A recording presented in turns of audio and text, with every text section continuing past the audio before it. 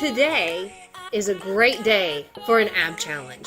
I've got 3 exercises for you today, and they should challenge you because this is an ab challenge. But before we get to the ab challenge, I need you to click below and subscribe to the channel. And make sure you follow me on Instagram and Twitter because there's going to be some other fun stuff there too.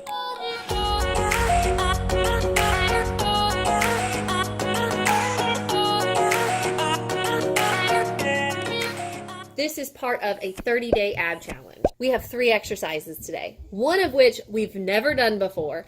This is the first thing is going to be dead bug, but this dead bug is going to be a little bit different. We're going to be lying on our backs, but we're going to be moving our arms and our legs, and we're going to be alternating. It's just easier if I just show you. We're also going to be doing a rotating plank to work our core and our obliques. And then we're also going to be doing V-ups.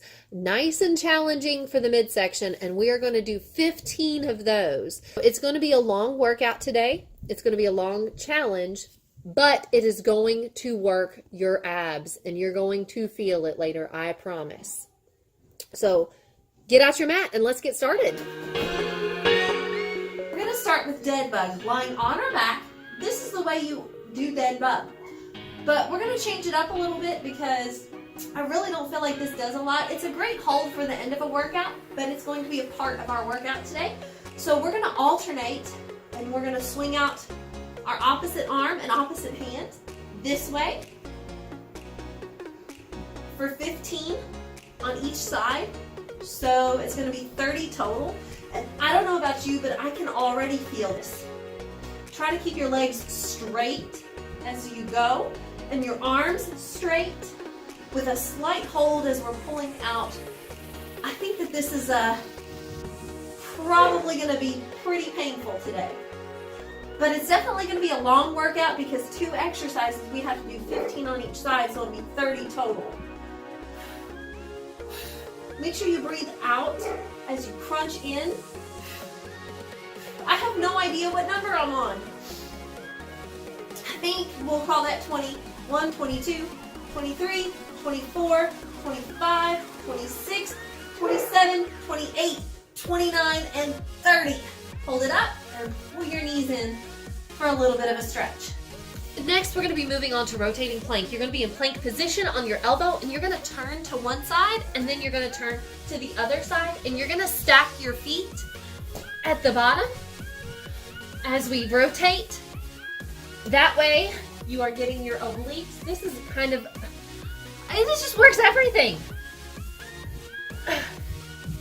7, 8, 9. Remember, this one is one of those that we have to do 30 of because we're doing both sides.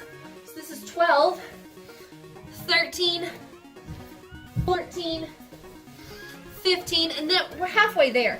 So when you get up on your side, you want to hold it for just a second to really work those obliques and get your station and get yourself stationary. 18, 19, and 20. We got 10 more to go, okay? So there's 10, 9, 8. You can keep going. I really feel this in my shoulders. 7, 6, 5, 4, and don't worry if you fall. You can always just get back up and jump back in. 3, 2, and 1. Okay, now comes the really hard one. We've got some V-ups to do, so we're going to lie down on our backs for that one. I've always found these extremely challenging, which is why I'm doing them. We're going to do 15 all the way out and then up into a V shape. 1, 2, try to keep your legs as straight as you can and your arms as straight as you can as we crunch up and sit back on our butt area. I don't know about you guys, but this is killing me. 8, 9, 10, 11, almost there.